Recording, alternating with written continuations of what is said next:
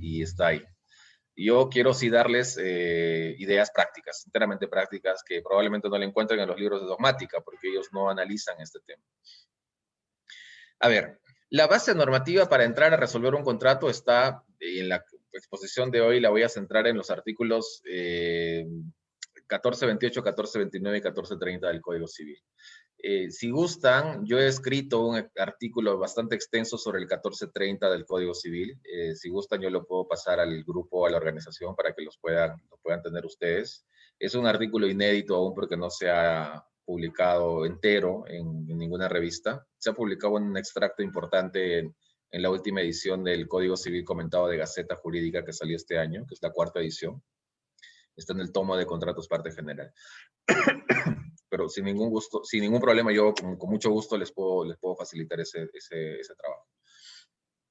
Acá lo fundamental es entender que la resolución implica la disolución de la relación obligacional. La resolución implica la posibilidad de eliminar la relación que existe entre acreedor y deudor o entre las partes de un contrato. Esa es la finalidad de la resolución del contrato. Y se le entiende como un remedio contractual porque lo que se quiere es volver a las partes a un estado anterior a la situación de incumplimiento, a efecto de que exista paridad y un balance entre los intereses que ambas tienen respecto del contenido del contrato. Hay muchas formas de resolver un contrato y recuerden siempre ustedes que se tiene que analizar fundamentalmente dos cosas. Primero, el contrato, el contenido del contrato en sí, y segundo, si es que existe alguna forma especial o específica de resolución. Por ejemplo, el 1428 y 1429 y 1430 son formas de resolver un contrato que están, digamos, enfocadas y diseñadas para todos los contratos típicos y atípicos, nominados e innominados, que se vayan a celebrar bajo las normas del derecho peruano. Porque están en la parte general de los contratos, ¿no? En la sección primera, parte general de los contratos, del libro de las fuentes de las obligaciones. Entonces, lo que ocurre en ese escenario es que uno va a poder utilizar cualquiera de estos tres mecanismos. Hay más, como dije, hay más, pero fundamentalmente cualquiera de estos tres mecanismos en cualquier tipo de contrato, ¿ok? Claramente, cada uno tiene particularidades que voy a resumir en unos minutos, pero lo cierto es que estos tres artículos se pueden aplicar en cualquier relación jurídica obligacional. Ahora, por un criterio de especialidad, siempre decía, por eso hay que analizar el contenido del contrato, siempre uno tiene que estudiar primero, identificar las cláusulas del contrato y qué tipo de contrato es. No es lo mismo invocar un supuesto de resolución específico propio del contrato de compra-venta a invocar un supuesto resolutorio, por ejemplo, de un contrato de arrendamiento. En ambos casos las causales van a ser distintas y probablemente también en ambos casos la funcionalidad y el procedimiento va a ser distinto, ¿no? Entonces, ahí hay que tener muchísimo cuidado, amigos, con la forma, porque esta es una de esas circunstancias en las que la manera en que se resuelve va a determinar el éxito o el fracaso de la resolución. Por más de que tú hayas invocado de manera adecuada la causal de resolución, que es un tema de fondo, de contenido, y no hayas cumplido, por ejemplo, con la forma que te establece la norma, vas a tener un problema ahí de, digamos, golpe de respuesta ante la resolución que tú has efectuado por la contraparte y probablemente esa resolución sea ineficaz. ¿Por qué? Si bien es cierto, cumpliste con el fondo, con identificar la causal, nunca pudiste haber cumplido con la forma que la norma te establecía. ¿De acuerdo? Entonces hay que tener mucha claridad en ese aspecto, porque es cierto, es muy cierto que en este tipo de instituciones jurídicas lo de fondo tiene tanto peso como la forma. ¿Ok? Bien. Tres diferencias entre resolución y rescisión de los contratos. La resolución puede ser judicial o extrajudicial, en cambio la rescisión siempre va a ser judicial. Segunda característica. La causal que origina la resolución se va a presentar en un momento posterior a la suscripción del contrato. En cambio, la causal que va a originar la rescisión del contrato siempre va a estar al momento de la celebración del contrato. Y por último, los efectos de la resolución se van a producir hacia adelante desde el momento en que aparece la causal. En cambio, los efectos de la rescisión se van a producir siempre desde la suscripción del contrato, por la sencilla razón de que la causal que ha originado la rescisión va a coincidir con el momento de la suscripción de ese documento. ¿De acuerdo? Hay más diferencias que en la doctrina se han desarrollado, pero desde mi punto de vista esas son las tres más importantes que podríamos tener. Ahora, 1428 y 1429 y 1430. Quiero aquí hacer una precisión que va por dos planos. La primera es que tanto el 1428 como el 1429 del Código Civil se pueden aplicar, se pueden utilizar, uno puede recurrir a esas figuras, aunque tu contrato nada diga sobre resolución. Es decir, tienes un contrato que no dice ni una sola palabra y jamás menciona el término resolución contractual, pero se produce un incumplimiento, entonces la parte afectada siempre va a poder recurrir al 1428 y al 1429.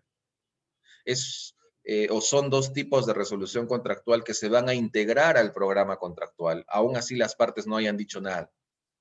Siempre van a estar ahí, de aplicación supletoria. Sin embargo, el 1430 no tiene esa característica, porque para entrar al 1430 tú necesitas diseñar una cláusula específica con determinadas características que se va a incluir en tu programa contractual. ¿De acuerdo? Ese es un escenario en el que hay que tener claridad sobre cómo se aplican estas normas. Y la segunda distinción es que el 1428 siempre es judicial. En cambio, el 1429 y el 1430 son tipos de resolución extrajudicial. De tal manera que ahí también la funcionalidad es distinta. Porque si tú me dices que vamos a entrar a un escenario de resolución judicial, pues la resolución del contrato se va a producir cuando la sentencia se vaya a pronunciar sobre esa pretensión resolutoria que tú vas a plantear. En cambio, en el 1429 y en el 1430, la resolución la va a hacer la propia parte afectada, la propia parte que ha suscrito el contrato, a través de los mecanismos que las propias normas van a establecer. De tal manera que en un supuesto estamos ante la resolución que opera por mandato o sentencia judicial, y en el otro supuesto vamos a estar ante una resolución que va a operar por autoridad del acreedor, por autoridad de la parte afectada con el incumplimiento. ¿De acuerdo? Ahora, 4 requisitos de la resolución que se aplican a la mayoría de los supuestos. El primero es que debemos estar ante un contrato con prestaciones recíprocas. Y las prestaciones recíprocas se van a determinar por la existencia de prestación y contraprestación. Por ejemplo, una compra-venta es un contrato con prestaciones recíprocas. Hay un sinalagma, hay una obligación que yo tengo a mi cargo y una obligación que tú tienes a tu cargo. De hecho, en cabeza del acreedor o de una de las partes está el acreedor y el deudor. Por ejemplo, en una compra-venta de bien inmueble. En una compra-venta de bien inmueble, yo que voy a vender la casa, soy deudor de la casa, pero al mismo tiempo voy a ser acreedor del precio. A su turno, ustedes, que van a ser los compradores del inmueble, van a ser deudores del precio, pero acreedores de la casa. Y entonces es evidente la existencia de una reciprocidad en la ejecución de las prestaciones. Alguien me preguntará y me dirá, Joel, pero ¿cuáles podrían ser ejemplos de contratos que no tengan prestaciones recíprocas? Y claramente uno o dos supuestos es, por ejemplo, la donación pura y simple. En la donación pura y simple solamente uno de los sujetos está obligado a ejecutar la prestación, que es donar el bien, ¿no? Algunos confunden la donación con un acto unilateral y eso no es así. La donación es un contrato. Las dos partes tienen que suscribir el contrato. Lo que ocurre es que se confunde la liberalidad con la que uno va a actuar con esa unilateralidad que es propia de una de los tipos de los actos jurídicos unilaterales o plurilaterales, ¿recuerdan? Pero la donación siempre es un contrato y al ser un contrato de acuerdo de voluntades, entonces no podemos hablar de unilateralidad. Siempre es bilateral o plurilateral. Entonces, un supuesto de contrato que no reúne la característica de prestaciones recíprocas es el contrato de donación pura y simple. Otro supuesto evidente es, por ejemplo, el comodato. Por el comodato, una persona se obliga a entregar un bien no consumible a la otra y la otra persona lo va a utilizar sin tener que retribuirle nada a su contraparte que le ha entregado el bien.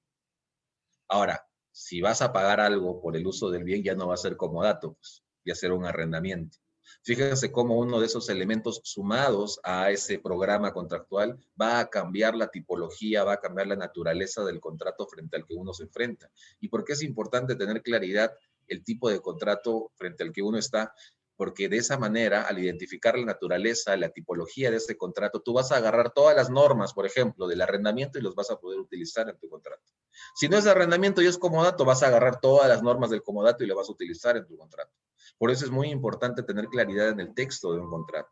Hay un libro que yo escribí, este año se publicó, que se vendió increíblemente rápido, ya no hay ejemplares, que se llama Cómo redactar un contrato. Y en ese libro yo plasmaba en blanco y negro lo que desde mi experiencia era esa aventura de redactar un contrato, porque este es un trabajo de un sastre. El contrato siempre tiene que estar a la medida de tu cliente. No se guíen por los modelos de contrato que existen en Internet, por ejemplo. Existe todo un mecanismo y un procedimiento previo. Tú tienes que conversar con tu cliente, tienes que preguntarle qué es lo que quiere, hasta dónde puede ceder, qué es lo que está dispuesto a dar o a no dar, ¿no? ¿Qué es lo que finalmente busca con la suscripción de ese contrato, ¿no? Entonces, esa entrevista que tú vas a tener con tu cliente de manera y en un lenguaje muy coloquial lo tienes que plasmar en cláusulas contractuales. Evidentemente, tu cliente no sabe de derecho. Por eso es que tu chamba está meterle los candados a ese contrato a efectos de que más adelante no exista problema en etapa de ejecución contractual. Un contrato con candados bien puestos a favor de tu cliente va a disminuir el riesgo que ese cliente va a enfrentar de cara a la ejecución del contrato, ¿no? Entonces, ahí hay muchísimas cosas por decir. De hecho, yo ya voy a sacar la segunda edición de este libro, la he estado trabajando. Espero acabarla en estos feriados que vienen y el próximo año espero que ya salga nuevamente la segunda edición ya actualizada con nueva información, porque he ido metiendo algunas cosas más ahí. Entonces, amigos, el tema no es, digamos, tan sencillo como parece. Es un tema muy complejo, ¿de acuerdo? Entonces, yo decía que los elementos de la resolución, en primer orden están los contratos con prestaciones recíprocas, primer requisito. El segundo requisito está determinado y esto en la doctrina lo denominan con un nombre bien gracioso, y yo siempre lo explico como, como si esto fuese una relación de amor, una relación de pareja, ¿no? Si tu pareja te ha sido infiel, y luego cuando tú le vas a ser infiel, entre infieles no se van a reclamar, pues, ¿no? Es decir, tu pareja que te ha sido infiel te va a reclamar, oye, ¿por qué me has engañado? Y al toque tú le vas a decir, oye, ¿por qué me preguntas y qué me reclamas? ¿Por qué te he sido infiel si tú también me has sido infiel? ¿No? Entonces ya, esa lógica del reclamo, ¿no? Funciona en los contratos. ¿Por qué? Porque para entrar a una resolución contractual, la parte que quiere resolver el contrato, ¿de acuerdo? La parte que quiere hacerlo, tiene que estar en situación de cumplimiento. Es decir, tiene que ser la parte fiel de la relación obligacional. Si tú te encuentras en situación de incumplimiento, no puedes resolver, pues. ¿Por qué vas a resolver? El derecho no te va a permitir hacer algo en lo que tú mismo has incurrido. Entonces, el segundo requisito es que exista legitimidad para resolver el contrato.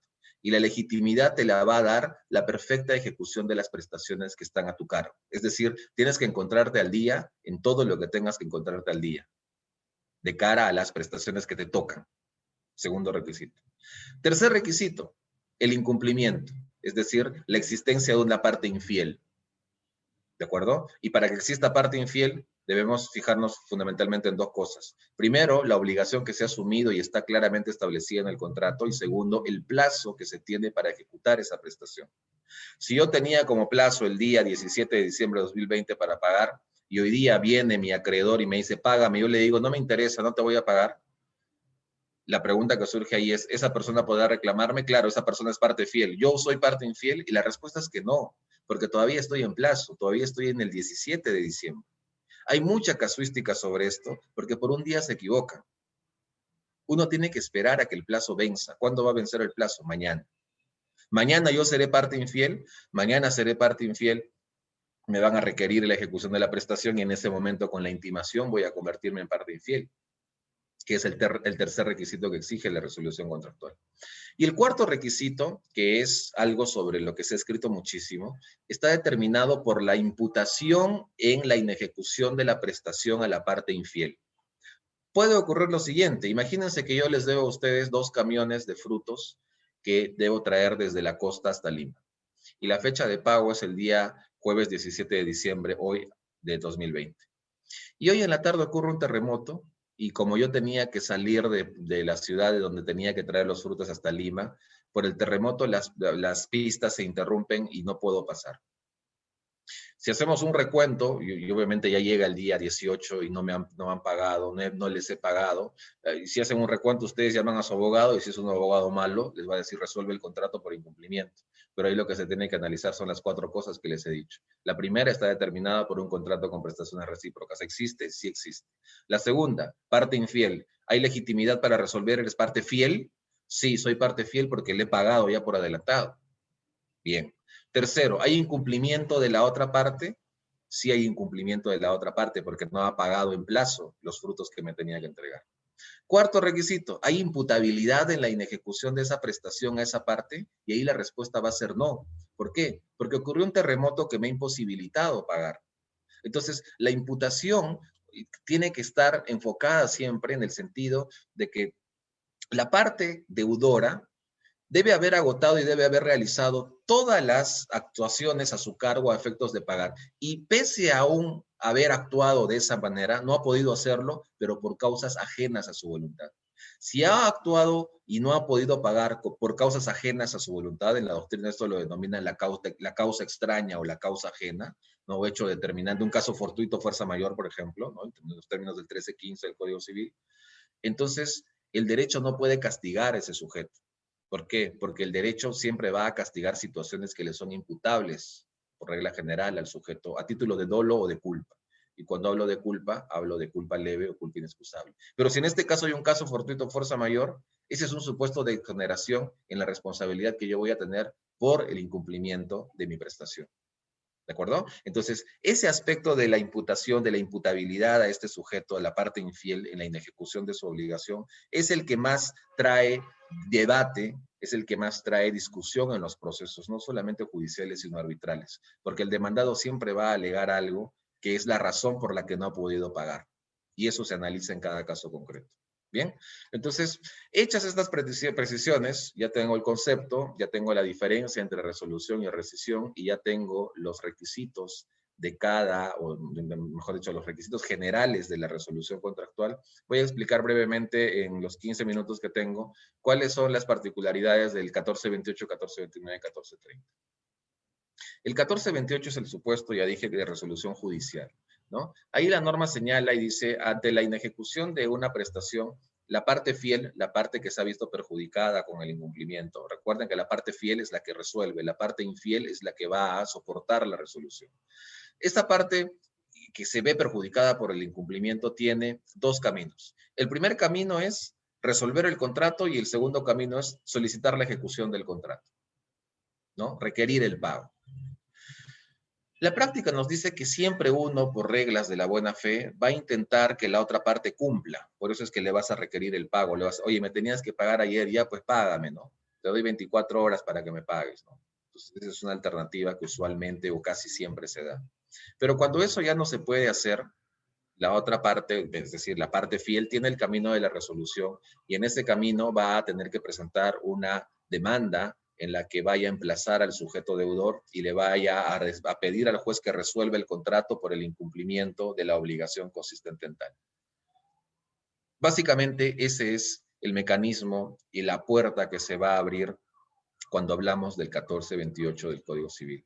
Ahora, hay una particularidad interesante acá y es que la norma dice, desde la notificación con la demanda, el demandado, es decir, el deudor, no va a poder cumplir con la ejecución que se encontraba a su cargo. Y este extremo del 1428 es importante, amigos, porque de esa manera uno puede darse cuenta de que cuando el mecanismo resolutorio sea activado, ya no vamos a estar en una etapa de ejecución de contrato, sino vamos a entrar a una etapa de remedio del contrato, que se va a materializar por la resolución que uno está pidiendo.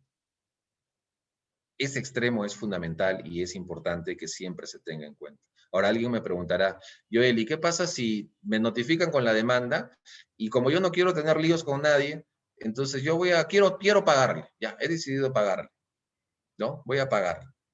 La pregunta es, ¿podré pagarle directamente y la otra parte que me ha demandado aceptar el pago y se acabó el asunto?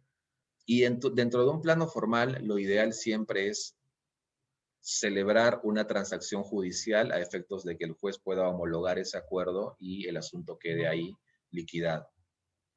¿De acuerdo? Esa es una de las tantas salidas que en la práctica se pueden plantear, pero que yo recomiendo mucho porque de esa forma ya vas a poder tú tener claridad en torno a los alcances, primero del proceso judicial y segundo del acuerdo con el que o al que has llegado con la parte infiel. ¿De acuerdo? Ahora, 1429. 1429 te dice, ya no es un supuesto de resolución judicial. Ojo, en el 1428 tú le pides al juez, señor juez, solicito que usted declare la resolución del contrato por el cumplimiento y bla, bla, bla. En el 1429 ya no ocurre eso. En el 1429 lo que va a pasar es que tú mismo vas a resolver el contrato, pero la propia norma te establece todo un mecanismo para que tú resuelvas, ¿no? Lo primero es que debe haber incumplimiento. Y cuando hay incumplimiento, la norma te dice, en el caso del 1428, es decir, en el caso de que existe incumplimiento de una de las partes, la parte perjudicada enviará una carta notarial a la contraparte, dándole un plazo de 15 días como mínimo a efectos de que cumpla con lo que tiene que cumplir, bajo apercibimiento de que si no cumple en esos 15 días que le has dado, el contrato se resolverá de pleno derecho. Y acá lo más importante tener en cuenta es dos cosas. La primera es que el plazo tiene que ser 15 días a más. Joel, ¿puede ser 14 días? No. ¿Y qué pasa si le metí 14 días? Ya la fregaste, pues, porque esa comunicación no tiene efectos resolutorios. Lo único que va a tener es simplemente una especie de recordatorio de que tienes que pagarte. Pero para efectos de la resolución no va a servir. Tiene que ser siempre 15 días como mínimo. ¿De acuerdo? Primer punto. Y el segundo punto, la norma hace referencia a una carta notarial. Es decir, siempre se tendrá que enviar una carta notarial de apercibimiento a efectos de que la contraparte vaya a cumplir. Entonces le envías la carta notarial y si la otra parte va a recibir la carta notarial, tiene desde ese momento de la recepción de la comunicación se cuenta en 15 días.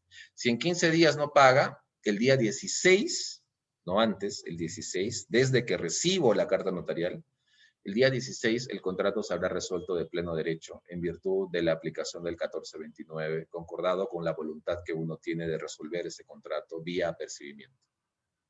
¿Esto qué significa? El día 16 ya no habrá contrato. Y si ya no hay contrato, las partes no están obligadas a nada. ¿De acuerdo? Entonces el 1429 tiene esa funcionalidad, ¿no? Que tú mismo puedes activar el mecanismo resolutorio. Siempre ojo con esos dos aspectos que son fundamentales. El primero es el plazo mínimo de 15 días y el segundo va a ser siempre la forma, que es la carta notarial que te exige el 1429. ¿Ok?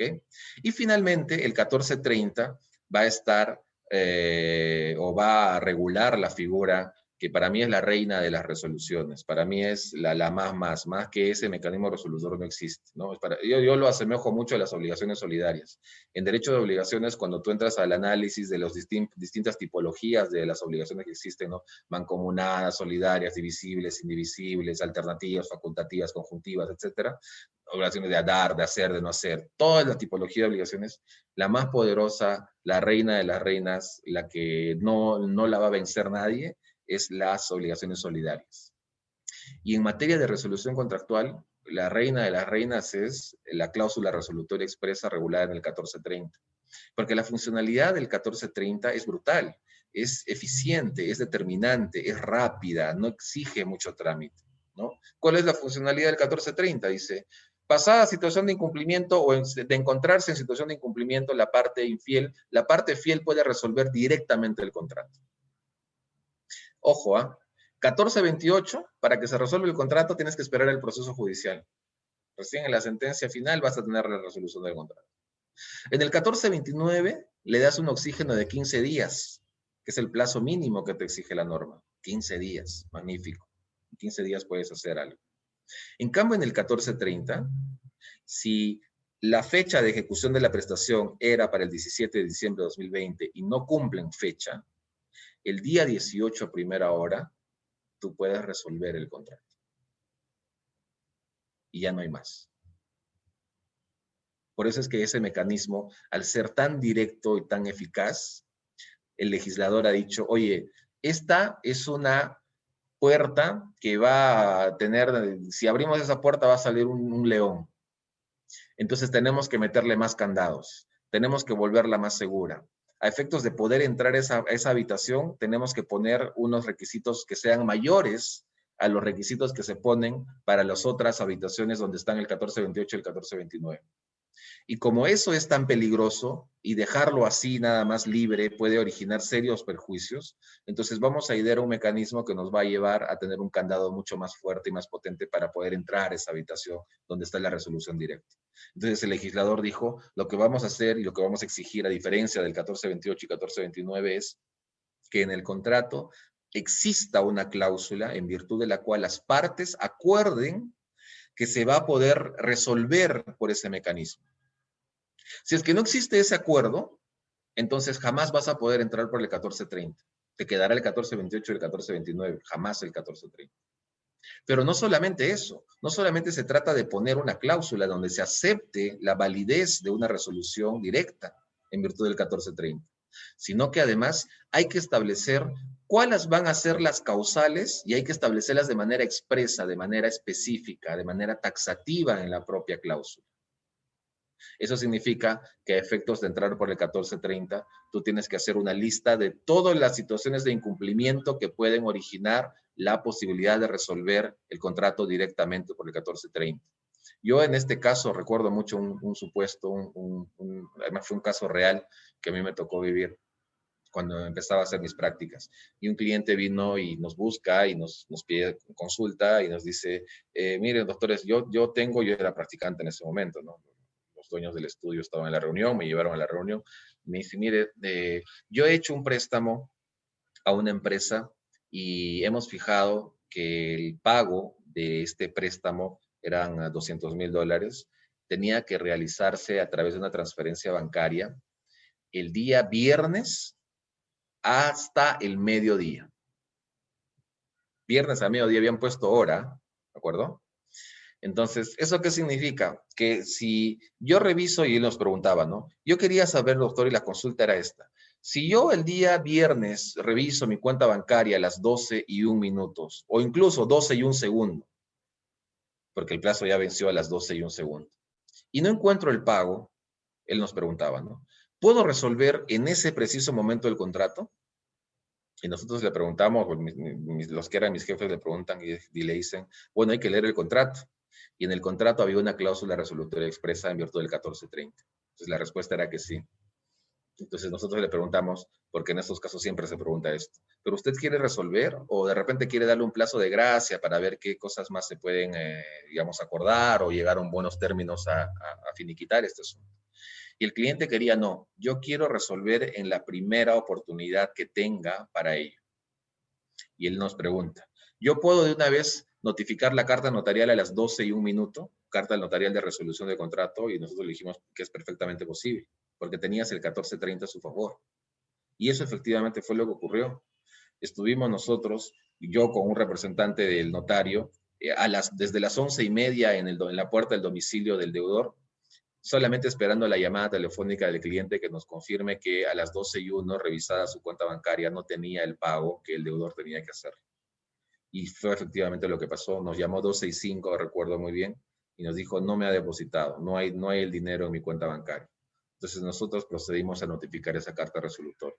Y obviamente la carta de resolución no solamente significa que se disuelve la relación contractual, sino que también te da la posibilidad de solicitar daños y perjuicios. Entonces esta persona que se había visto perjudicada por el incumplimiento, lo que quería era tener la posibilidad no solamente de recuperar su capital, sino que también cobrar los intereses moratorios, cobrar intereses compensatorios y también cobrar los intereses, o mejor dicho, los daños y perjuicios que se iban a generar por ese incumplimiento. Es decir, iba a cobrar más plata de la que en un momento le iban a pagar.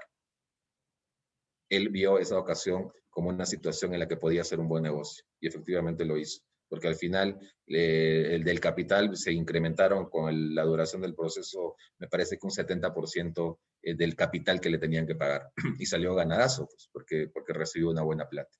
¿Por qué? Porque supo resolver bien el contrato. ¿De acuerdo? Entonces, el 1430, amigos, tiene esa funcionalidad, es una resolución directa, tienes que incluir la cláusula en tu contrato y además tienes que establecer cuáles van a ser las causales que de incumplirse van a permitirte resolver por el 1430. ¿De acuerdo? El 1430 además no te exige carta notarial, pero esto como una apreciación práctica, yo les digo, siempre manden la carta resolutoria por el 1430 a través de conducto notarial. ¿Ok? Bien, bueno, ya me he pasado ya unos minutos. Espero que estas ideas les hayan servido. Yo voy a dictar un curso Y esto se los cuento en infidencia porque todavía no lo hemos soltado de manera pública y sería genial contar con ustedes.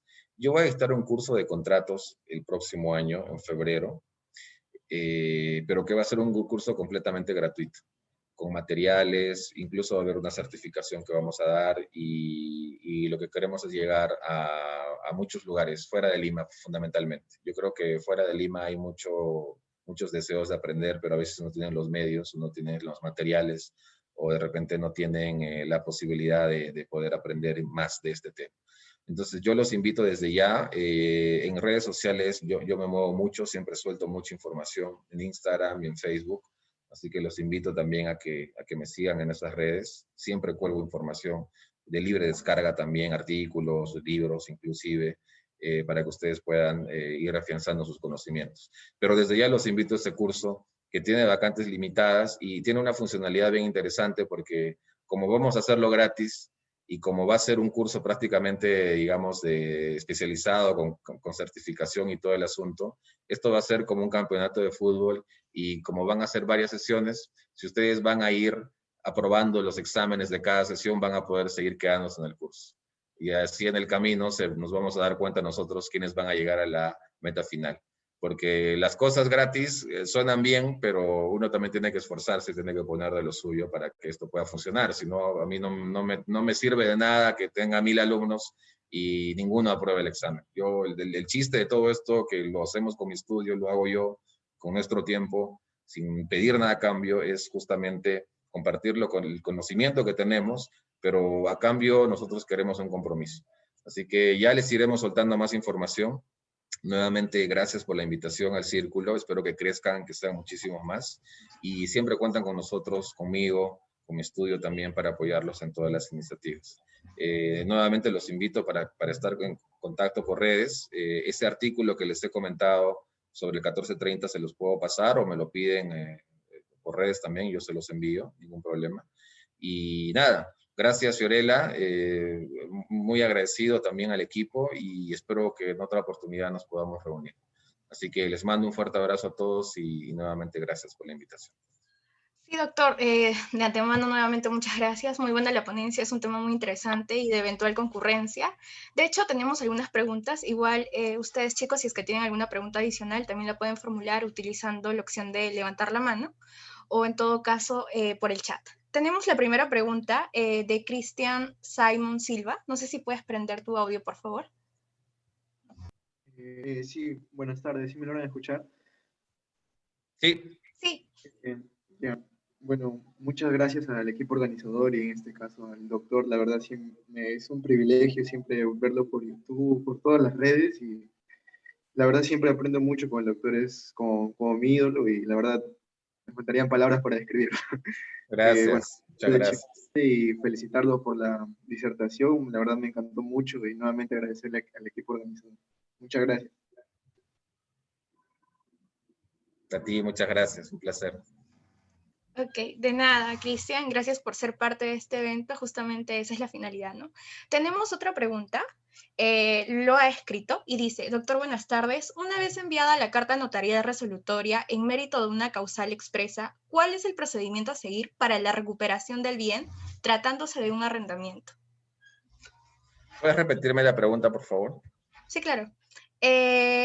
Una vez enviada la carta notarial resolutoria en mérito de una causal expresa, ¿cuál es el procedimiento a seguir para la recuperación del bien tratándose de un arrendamiento?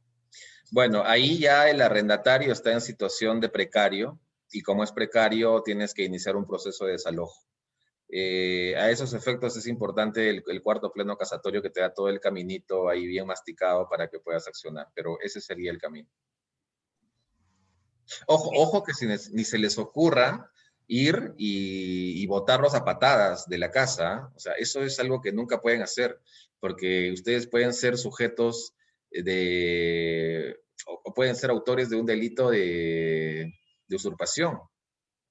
Así que la vía por la fuerza no necesariamente es la idónea siempre. Yo sé que ya no hay contrato, yo sé que o el contrato terminó su plazo, o yo sé que no les paga la renta y se acabó el asunto ya.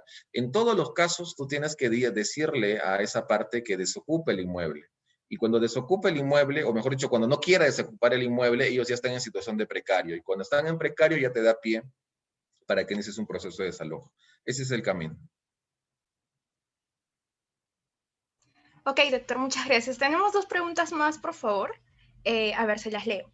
La primera es de George Haro y dice, en el contenido del contrato, las partes pueden establecer varias cláusulas, como la cláusula resolutoria expresa, resolución de pleno derecho, o estas cláusulas surgirán efectos de acuerdo a cómo las partes han querido formar esta relación contractual. A ver, acá es muy claro. Los mecanismos resolutorios pueden estar pactados en el contrato. Puedes incluir todos los tipos de resolución en el contrato. Lo que sí nunca tienes que hacer es, cuando activas un mecanismo resolutorio, ya no puedes echarte para atrás. Esto no sé si se acuerdan o de repente no es de su época, pero en mi época había unos programas de concursos donde el entrevistador te ponía 3 puertas y te decía, elige una de las puertas, ¿no? Y tú elegías una de las puertas, pero ya no podías elegir las otras porque ahí tenías que seguir con el concurso. Lo mismo va a ocurrir en la resolución. Si tú abres una de las puertas resolutorias, tienes que ir hasta el final. ¿De acuerdo? No puedes tirarte para atrás. Si te tiras para atrás, vas a tener un problema de contingencia ya en el proceso mismo, porque te van a cuestionar. Imagínate que resuelves por el 1429 y luego resuelves por el 1430. Imagínate también que vas a un proceso judicial. Y en el proceso judicial el demandado te va a decir, o tú vas a decir, yo he resuelto por el 1429. Y el demandado te va a decir, oye, pero un momentito, tú me has resuelto por el 1430. Ah, cierto, disculpa, me he equivocado. Sí, señor juez, he resuelto por el 1430. Y luego inmediatamente el demandado va a decir, oye, un momentito, tú me has resuelto por el 1429. Entonces vas a entrar en un círculo vicioso porque no va a haber claridad en torno a cuál ha sido la puerta por la que tú has entrado a resolver el contrato. Por eso es que el mecanismo resolutorio tiene que ser limpio. Este tema, amigos, yo lo demoro explicando por lo menos 6 horas, porque hay infinidad de detalles que uno tiene que tener en cuenta con cada mecanismo resolutorio. Ahora yo solo les he dado un mapeo general, pero sí no puedo dejar de decirles eso. Si abres una de las puertas de la resolución, tienes que ir por ese camino hasta el final, ¿de acuerdo? Y evidentemente, para decidir por qué mecanismo resolutorio vas a entrar, tienes que hacer un análisis detallado, previo, en donde vayas a analizar los bemoles, las virtudes o los desaciertos de cada uno de estos mecanismos, porque cada mecanismo siempre va a tener una particularidad en cada tipo de relación contractual, y no todas las relaciones contractuales son las mismas. No todos queremos lo mismo con un contrato. ¿De acuerdo? Entonces ahí el tema está, como dije, esto es como un traje hecho a la medida. Si tú vas a comprar un traje por internet, que seguramente les ha pasado a algunos de ustedes, te va a quedar mal, pues. La mayoría de los casos te queda mal, pues, o te queda muy grande, o te queda muy ajustado, o no se ve en tu cuerpo como se ve en el internet. Lo mismo pasa con un contrato. El contrato, si lo vas a mandar a hacer con un modelo, no va a recoger los intereses del cliente. Y en ese sentido, recuerda que tú eres y tú te debes a tu cliente. Acá no es un tema de imparcialidad, yo voy a ser el abogado imparcial. No, no, no, acá es un tema de parcialidad pura, evidentemente dentro de la ley siempre, porque tú estás cautelando los intereses de tu cliente. Tú no eres juez, tú eres abogado de parte y tú tienes que buscar lo mejor para tu cliente. Si te vas a enfrentar ante un tiburón que sabe más de este asunto, te va a comer, pues, porque todas las cláusulas o va a guardar silencio o va a meter algunas cláusulas que de repente tú no conocías, pero que ya más o menos se ven bien y creo que no está ocultando nada, pero siempre hay algo que la experiencia te enseña. Es algo que no vas a aprender en los libros. En la experiencia te vas a dar cuenta de esto. Y ustedes van a ser abogados, así que ustedes tienen que ver debajo de las piedras, tienen que estar un paso adelante. Si no, mejor dedíquense a hacer otra cosa, porque acá la habilidad para estar y anticiparse a las cosas, ¿no? Y en eso yo, por experiencia, estoy completamente seguro de que las mujeres nos llevan años luz, porque tienen un sentido de no sé qué es, pero tienen algo que nosotros no tenemos. Eso ayuda muchísimo, porque hay una intuición. Y en estos casos, en asesoría de programas contractuales, la intuición, la experiencia, el conocimiento, cuando se hacen uno solo, ya nadie te va a parar. Pero eso se puede, en el caso de los hombres, se puede llenar leyendo. Tienes que leer, pues, hijo, no tienes que revisar doctrina, jurisprudencia, tienes que ir más allá, tienes que conversar también con tu cliente. Entonces, ahí, amigos, hay que tener muchísimo cuidado, ¿de acuerdo? Hay que tener muchísimo cuidado y hay que siempre estar atento a los detalles, ¿no? Yo reconozco, por ejemplo, que soy una persona muy distraída en mi vida en general, muy distraída. Pero cuando trabajo, no sé qué pasa, pero ya estoy en los detalles. Entonces, traten ustedes siempre de formar ese sentido de ubicar los detalles. En los detalles está el éxito de muchas cosas. Los detalles son fundamentales. Y en los contratos lo es mucho más. Y la experiencia a mí me ha enseñado eso. Así que mucho ojo con las cláusulas, mucho ojo con los plurales, mucho ojo con los puntos. ¿Ah? Son detalles. Tú lo pasas una lectura y ya está, sí, está listo todo ya. Pero no es así, no es así. Entonces, ahí también hay un tema de técnica, la técnica contractual que la llamaba Max Arias, ¿no? Max Arias Schreiber decía, hay una técnica contractual. No es solamente dogmática contractual, sino es una técnica, porque hay que saber redactar cláusulas. No es que la redactas porque la redactas. El sentido es si vas a utilizar el presente, o vas a utilizar el futuro, o vas a utilizar el condicional, o vas a utilizar el presente perfecto. Entonces hay cosas ahí que uno en la práctica va aprendiendo y esto es algo muy, muy grande. No es algo tan sencillo como uno creería. Ahora, es gratificante porque aprendes un montón y si eres bueno, ganas un montón también. Así que tu trabajo va a valer lo que tú conozcas, pues, ¿no? Mientras más conozcas, tus horas valen más que en el supuesto en el que no conozcas tanto, ¿no? Pero ese es el camino ahí y bueno, hay algunas ideas que he soltado, pero ojalá que la tengan en cuenta siempre. Gracias, doctor. Hay una última pregunta. Es la siguiente. ¿El artículo 1429 no sería contradictorio? Porque si uno desea resolver el contrato vía notarial por el incumplimiento de la prestación, estaría otorgándole 15 días para que cumpla con la prestación y lo que se quiere, o en este caso lo que quiere la parte perjudicada, es resolver el contrato. A ver, el 1429, a ver, lo que pasa es que el legislador ha diseñado el 1429, pero el derecho lo que quiere no es que el contrato se resuelva, nunca. Lo que el derecho quiere es que los contratos y las obligaciones que surgen de estos se ejecuten, porque al ejecutar obligaciones, la riqueza circula. Este es un tema económico, ni siquiera es un tema jurídico, ¿no? ¿Cuándo se crea más riqueza? Cuando los bienes circulan. Por ejemplo, yo te vendo una casa, ahí está circulando el bien, estoy dándole un valor. Para ti la casa vale más, para mí el dinero vale más. Estamos generando puestos de trabajo también, porque vas a meter notario, vas a meter abogado, vas a meter registro, ¿no? Estamos también generando impuestos para el Estado, y el Estado esos impuestos los va a redistribuir. Entonces, es todo un conjunto digamos, de pequeñas maquinarias que se van moviendo solamente con una transacción. Entonces, lo que quiere el derecho en todos los casos es que se les celebren contratos, porque los contratos hacen que los bienes circulen y eso genera riqueza. El derecho no quiere que los contratos se entrampen, se zanjen, se anulen, se rescindan, se resuelvan. No, el derecho no quiere eso. Y el legislador ha entendido eso muy bien. Por eso es que el legislador, cuando habla de la cláusula de resolución extrajudicial por el 1429, ha pensado en el mecanismo y ha dicho, oye, esto debemos darle un tiempo para que el deudor pueda reaccionar y hacer todos los esfuerzos posibles a efectos de cumplir. Ya se encuentra en incumplimiento. Pero no hay que castigarlo pues de una. Hay que darle unos días para que reflexione, para que de repente cumpla, ¿no? Porque si cumple, todos ganamos. Si no cumple, todos perdemos, porque va a ser un proceso judicial. ¿Quién quiere ir a un proceso judicial? Es tiempo, es dinero, pérdida de oportunidad. Entonces, nadie quiere ir a un proceso judicial. Por eso es que el legislador dice, no, vamos a darle unos días, en este caso son 15 días mínimos, y si es que en esos 15 días no se cumple, pues bueno, no hay nada que hacer. El contrato se resuelve de pleno derecho. Pero ojo, ahí existe, y en doctrina esto se debate muchísimo, porque se dice, oye, hay una condición, que es una condición resolutoria a efectos de que la resolución surta efectos. ¿Por qué? Porque en el momento que yo ya le envío la carta notarial, ya estoy resolviendo, solamente que los efectos de la resolución van a saltar 15 días y van a estar amarrados al incumplimiento del deudor.